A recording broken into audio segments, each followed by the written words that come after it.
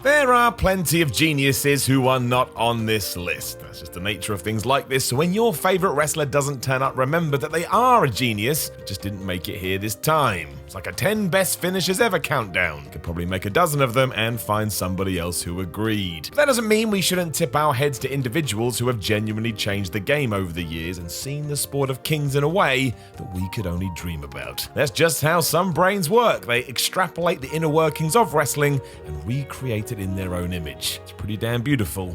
I am crying. I'm Simon from WhatCulture. Remember to subscribe. This is 10 wrestlers who can honestly be labelled a genius. Number 10, Steve Austin. All things considered, Steve Austin is probably the best babyface ever. Or if you don't agree with that, the best babyface of the modern era. The argument comes in the form of Hulk Hogan, who did have more longevity, but as well as getting booed when he jumped to WCW, which Stone Cold never really suffered from unless it was intentional, it was the rattlesnake that stole World Championship Wrestling's audience. The key to this was that Austin had universal appeal. While the Hulkster could be beloved, a lot of people also thought he was corny, and that separation was true for The Rock as well. For every person that found him cool, another thought he was an arrogant asshole. With Stone Cold, he was mostly treasured by all, which is why 16 years after he retired, he is still the most over person on the roster. Crowds erupt when they hear that glass break. He was also diverse, given he could be deadly serious and hilarious a week later, and while there was nothing flashy about his act, that was the point. He was the everyman who everyone got behind. We lived through him. Always balancing what he had to do perfectly, Austin remains an example for most wrestlers to follow, even in 2019. Number 9, Ric Flair. Ric Flair cheated all the time. Calling himself the dirtiest player in the game wasn't just a fun thing to say, it was how he framed huge parts of his career. The fact he would do this even though he was a tremendous pro wrestler was the reason it worked as well as it did. The juxtaposition was glorious. On top of this, Flair was operating in an era where he was flying from territory to territory and being asked to work with whoever the local promoter deemed fit. This meant he had to constantly be ready to go, and the Nature Boy was never a letdown. He could adapt to anybody's style, and he did so with utter poise and grace. It was a delicate ecosystem that only Flair could navigate, and the fact he did this while also bringing prestige to the NWA Championship and his opponent was no fluke. Rick just knew what to do. Go and watch any match he had when he was at his peak. You will still be wowed. He's a true legend. Number 8, Mick Foley.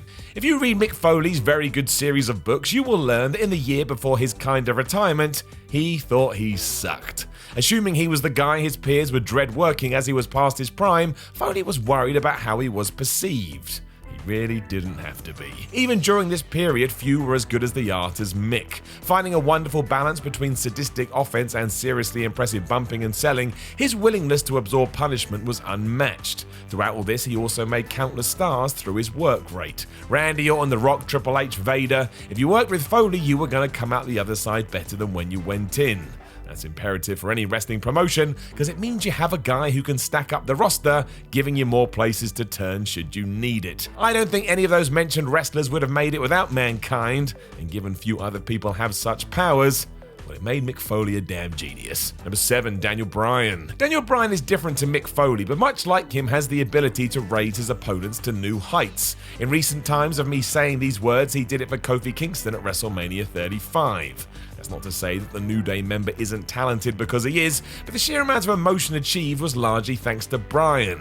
Aside from being a phenomenal storyteller, he's also a technical whiz, and the way he merged the two together is otherworldly. The way Bryan has shifted throughout his career too is nothing short of brilliant. From his brutal wars in Ring of Honor to his perfectly timed WWE babyface comebacks, Daniel has been a success wherever he has been, even when the company itself was against such things. Just look at what he achieved in WWE.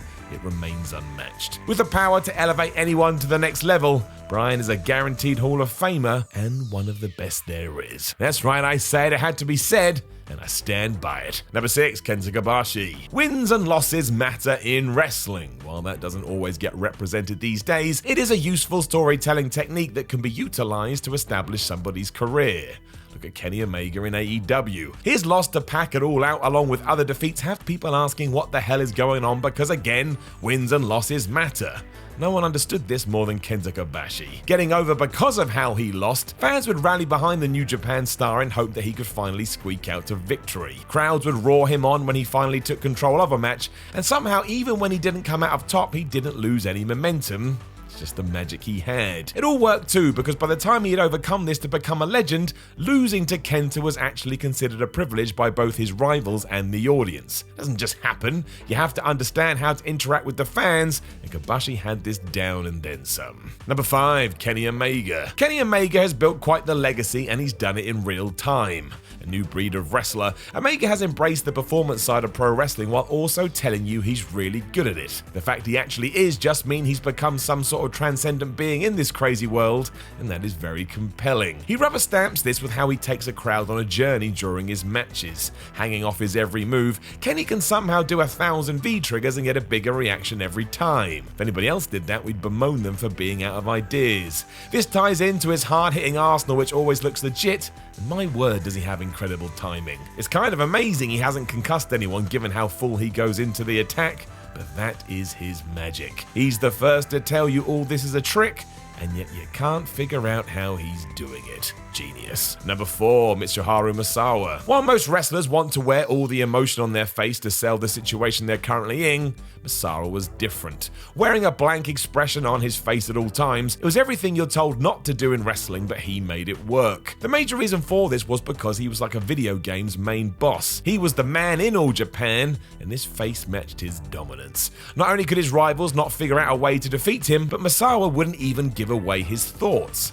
Quite the package. This also helped his reckless bumping style, as it made him seem invincible, and the drama he was able to throw out there was something else entirely. If he had been screaming and wailing, it likely wouldn't have been as effective, and that is why he stood tall. The only sad part of this was that he was very much a mortal man, as was proven when tragedy struck in the ring. It was the last thing anyone would have expected, and his highs and last low are still felt throughout the wrestling scene.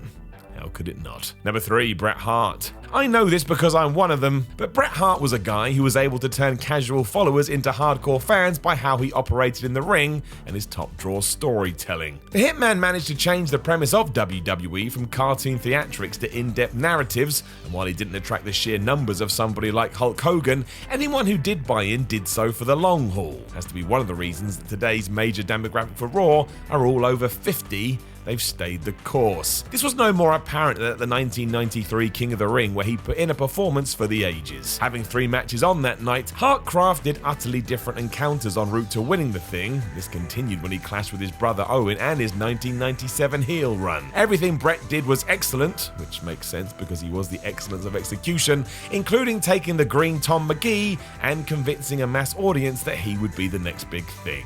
In reality, Bret Hart already had that plaudit locked down. Number 2, Hiroshi Tanahashi. Tanahashi's genius comes in the fact he relies on a dragon screw leg whip. It's not that fancy or over the top, but he somehow uses it over and over again, getting a bigger reaction every time.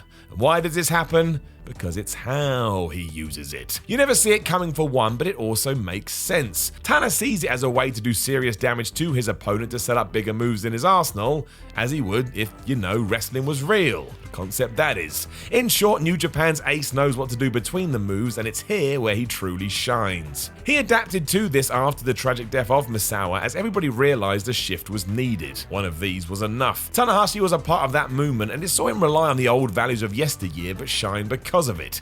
It's why here we are years later and he's still on top of the card. It doesn't matter he's not as mobile as he used to be. Tana can tell a story like no one else, and that's never going to go out of fashion. You could also argue that nobody sells better than Tanahashi, and that's a wonderful trait to have. Just means when he makes that comeback, the audience goes louder and louder. Number 1, Kazuchika Okada. Most of us could probably write down how most Okada matches go. They start slow, there's a domination on one body part, and it all feels very matter of fact. Then we get to the end part, things go crazy, and everyone is beyond captivated. The pace is just so fast without even a blip. It's madness, and usually ends with fans around the world saying that he is the best wrestler on the planet. Even if you've watched every bout he's been in, I doubt you've figured out how he does this either. It's not like there's a rabbit out of the hat moment. Okada just controls the action so well, and is an absolute natural. It also doesn't matter who he's facing. Top guy, young lion, some dude you never heard of. The Rainmaker can take anyone and bring them up to his level, and he's doing that in his prime. Not like he's going to hang his boots up soon. His future is still bright, and that's as enthralling as it is terrifying. Who knows where he will end up? And yeah, I get it, the New Japan style isn't for anybody, but if you have bought into that in the past, there's no way you can't look at Okada and go, yes, that is one of the best of all time. if you're one of the best of all time, you're also probably a damn genius. Know of any other wrestlers who can honestly be labeled as a genius? Let us know in the comments below, and don't forget to like, share, and subscribe. Then head over to WhatCulture.com and read yourself some articles, and follow WhatCulture on Twitter at WhatCultureWWE. My name is Simon from WhatCulture, and I will talk to you again soon.